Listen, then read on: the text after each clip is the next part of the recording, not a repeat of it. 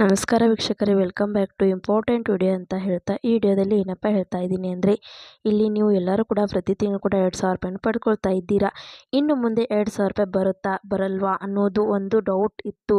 ಮತ್ತು ಆಧಾರ್ ಗ್ಯಾರಂಟಿ ಯೋಜನೆಗಳನ್ನು ಕೂಡ ಬಳಸುತ್ತಿದ್ದೀರಾ.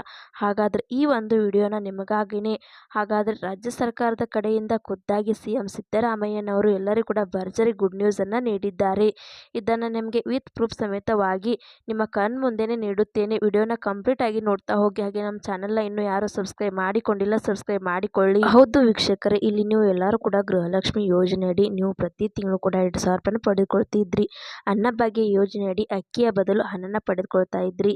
ಮತ್ತೆ ಕೆಲವು ಯುವ ನಿಧಿ ಹಣನ ಕೂಡ ಪಡೆದುಕೊಳ್ತಾ ಇದ್ರಿ. ಮತ್ತೆ ಕೆಲವು ಶಕ್ತಿ ಯೋಜನೆ ಕೂಡ ಬಳಸುತ್ತಿದ್ದೀರಿ.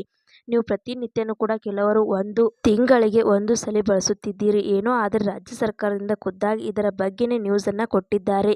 ಇದನ್ನು ನೀವು ಕೇಳಿದಾದ್ಮೇಲೆ ಮತ್ತೆ ನೋಡಿದಾದ್ಮೇಲೆ ಡೆಫಿನೆಟ್ಲಿ ನೀವು ಖುಷಿ ಪಡುತ್ತೀರಾ. ಯಾಕೆಂದರೆ ನಿಮಗೆ ಅದನ್ನು ವಿತ್ ಪ್ರೂಫ್ ಸಮೇತವಾಗಿ ತಿಳಿಸ್ಕೊಡ್ತಾ ಇದ್ದೀನಿ.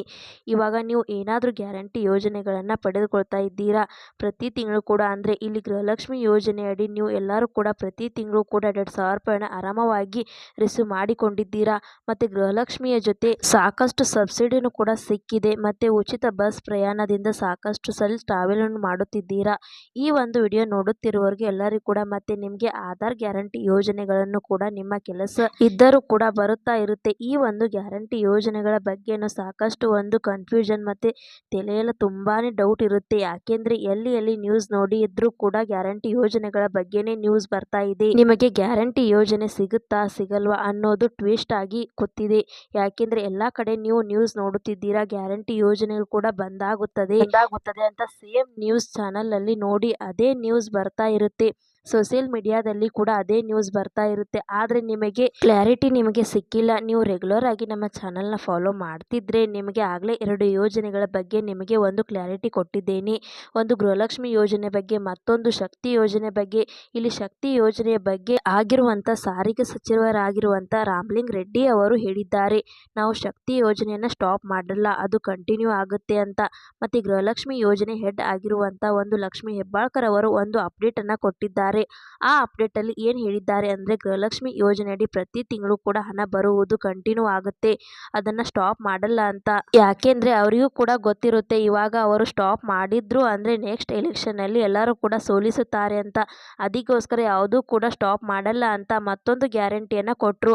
ಆದ್ರೆ ಮೇನ್ ಹೆಡ್ CM ಸಿದ್ದರಾಮಯ್ಯನವರು ಇದರ ಬಗ್ಗೆ ಏನು ಕೂಡ ಮಾತನಾಡಿರಲಿಲ್ಲ. ಅವರು ಕೂಡ ಈ ಒಂದು ಅಪ್ಡೇಟ್ ಅನ್ನ ಕೊಟ್ಟಿದ್ದಾರೆ.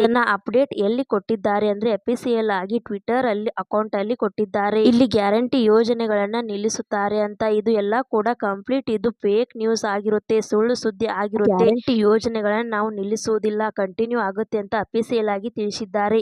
ಈ ಒಂದು ವಿಡಿಯೋನ ಗೃಹಲಕ್ಷ್ಮಿ ಯೋಜನೆಗೆ ಯಾರ್ಯಾರು ಅರ್ಜಿ ಸಲ್ಲಿಸಿದ್ದಾರೆ ಎಲ್ಲರಿಗೂ ಕೂಡ ಶೇರ್ ಮಾಡಿ. ಹಾಗೆ ಈ ವಿಡಿಯೋ ನಿಮಗೆ ಇಷ್ಟ ಆಗಿದೆ ಅಂತ ತಿಳ್ಕೊತೇನೆ. ಇಷ್ಟ ಆದ್ರೆ ಲೈಕ್ ಮಾಡಿ, ಶೇರ್ ಮಾಡಿ, ಸಬ್ಸ್ಕ್ರೈಬ್ ಮಾಡಿ ಅಂತ ಹೇಳ್ತಾ ಮತ್ತೆ ಮುಂದಿನ ಮಾಹಿತಿಯೊಂದಿಗೆ ಸಿಗೋಣ. ಅಲ್ಲಿ ತನಕ ಬಾಯ್ ಬಾಯ್, ಟೇಕ್ ಕೇರ್ ಫ್ರೆಂಡ್ಸ್.